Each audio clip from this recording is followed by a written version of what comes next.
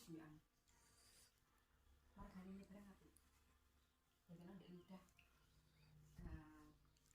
Minyak.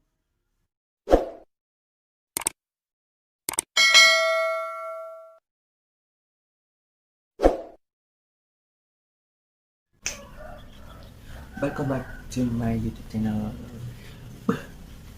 Hari ini kita akan buat kue, gimana yang sudah lama-lama kalian tunggu ya. Buat kue donat istimewa, sangat istimewa. Terus kemudian kita tidak menggunakan takaran timbangan, tapi kita menggunakan takaran sendok. Terus kemudian dari bahan-bahan yang seadanya yang dapat kita beli di warung terdekat. Pengen tahu rahasianya?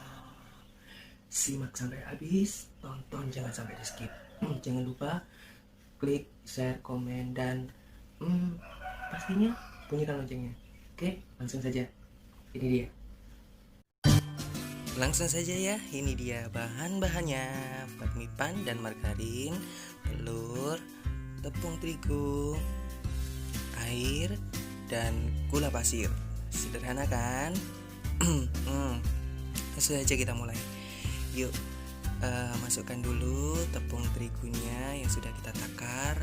Pakai sendok aja, 22 sendok kurang lebih. Masukkan pelan-pelan. Ya, nanti kalau misalkan kecepatan, kalian bisa lihat di deskripsi ya teman-teman ya. Terus yang kedua kita masukkan gula pasir, kurang lebih 5 sendok makan. Jangan terlalu munjung-munjung, jangan terlalu penuh-penuh. Terus kemudian masukkan fermentannya juga, kurang lebih 1 sendok makan. Cara ini cukup sangat mudah banget, nanti hasilnya juga empuk banget. Terus telurnya cukup kita pakai 1 buah telur saja, gak usah banyak-banyak. Tapi kalau misalkan kalian mau lebih lembut lagi, lebih enak lagi, ya boleh ditambah 2 atau 3. Terus kemudian margarinnya ada 1,5 sendok makan. Boleh dikira-kira bisa 2, tapi nanti kalau misalkan 2 agak lembekkan dikit ya hasilnya, nggak sama seperti apa yang aku buat, karena ini pakai 1,5 sendok. Oke, terus kemudian campur aja sampai merata, sampai kalis. Dan oh ya teman-teman, jangan lupa ya cuci tangan dulu ya sebelum mengaduk semuanya itu. Terus kemudian lap sampai bersih, sampai kering, baru kita pegang adonan. Terus aduk sampai merata, sampai kalis. Terus untuk airnya kita masukkan sedikit demi sedikit saja. Fungsinya apa? Supaya kita tidak kebanyakan atau adonan kita tidak jadi lembek. Ya bisa saja sih jadi lebih lembek, tapi nanti pada saat kita mencetak, pada saat kita membuat bulatan, jadi nggak begitu bagus. Terus kemudian aduk-aduk terus sampai merata. Pokoknya memang agak capek sedikit sih, karena apa, adonan yang kita pakai memang agak padat. Terus adonan yang benar dan yang benar-benar enak itu yang tidak lengket di tangan. Oke, lihat ya. Terus kemudian tutup pakai kain, diamkan dulu sampai dengan beberapa saat. 1 jam kemudian. Tadang, inilah hasilnya setelah 1 jam. Inilah hasilnya, jadi lebih mengembang, terus lebih kenyal. Oh ya, jangan lupa pukul pakai tangan supaya udara yang ada di dalam, yang terperangkap di dalam, bisa keluar. Terus kemudian adonan kembali mengempis. Kemudian siap untuk kita cetak-cetak ya, untuk kita bulat-bulat. Terus kemudian kita siapkan. Sementara itu keempat yang sudah kita lumuri, yang sudah kita kasih tepung terigu sisa dari yang sudah kita pakai untuk adonan. Udah deh, tinggal kita siapkan saja adonannya. Kita bulat-bulat sesuai dengan keinginan kita.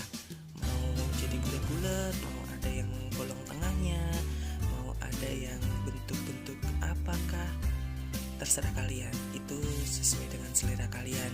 Tapi kali ini kita akan buat adonan yang nggak begitu bulat ya, nanti jadinya kayak ada merekah-merekahnya gitu lah ya, jadi nggak begitu bulat sekali gitu, tapi rasa tidak akan mempengaruhi, tetap enak. Kita bulat-bulatkan semuanya, terus sampai semuanya selesai, sampai habis. Kemudian kita tutup lagi ya. Untuk menutupnya sebenarnya untuk proofingnya sih nggak harus 2 kali, memang ini untuk supaya kita lebih sama-sama saja, bareng-barengan kita, untuk kita sekalian gorengnya ya teman-teman ya. Ya, kita diamkan kurang lebih setengah jam atau 30 menit. Nah, itu adonan yang baik atau yang bagus itu ya seperti itu, tidak lengket di tangan sama sekali. Itu kalau misalkan adonan kalian lengket di tangan ya mungkin kalian bisa menggunakan margarin. Itu hasilnya mengembang juga. Nah, kan bagus, lebih kenyal, nanti di dalamnya juga lebih enak lah pokoknya, lebih bisa ada rasa crunchy-nya di luar, terus kemudian di dalam jadinya lembut. Nah, kita siapkan minyaknya. Untuk memanaskannya tetap pakai api kecil ya teman-teman ya, jangan pakai api yang langsung besar dulu terus kemudian kita kecilkan, jangan, karena apa, nanti tidak merata untuk kita membuatnya, untuk kita menggorengnya. Jadi supaya lebih merata warna kuningnya, atau mungkin kalian mau dapat white ringnya, nah jadi lebih merata dan lebih bagus. Kita goreng pelan-pelan dengan api yang kecil. Nah seperti itu, lalu pakai teknik yang 1 kali balik aja. Kalau misalkan kita pakai yang bolak-balik nanti takutnya menguras minyak. Nah seperti itulah teori yang sudah saya dapatkan selama ini. Jadi melalui berbagai macam eksperimen.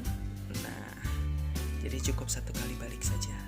Kelihatan kan white ringnya? Jadi seperti itu. Setelah itu semuanya sudah selesai kita goreng, terus kemudian kita matikan kompornya dan selesai. Ini dia hasilnya. Wow, cantik-cantik kan? Tuh, lihat dong dalamnya ya. Sebentar aku buka. Iya. Nah, itu lembut di dalam, kering dan crunchy di luar. Warnanya pun juga kuning keemasan. Terus oh ya teman-teman, sebagai informasi juga ini bisa bertahan 2-3 hari. Kalau kalian menggunakan di atasnya ada mesis atau ada hiasan apapun, itu juga terserah daripada kalian. Oke, terima kasih banyak.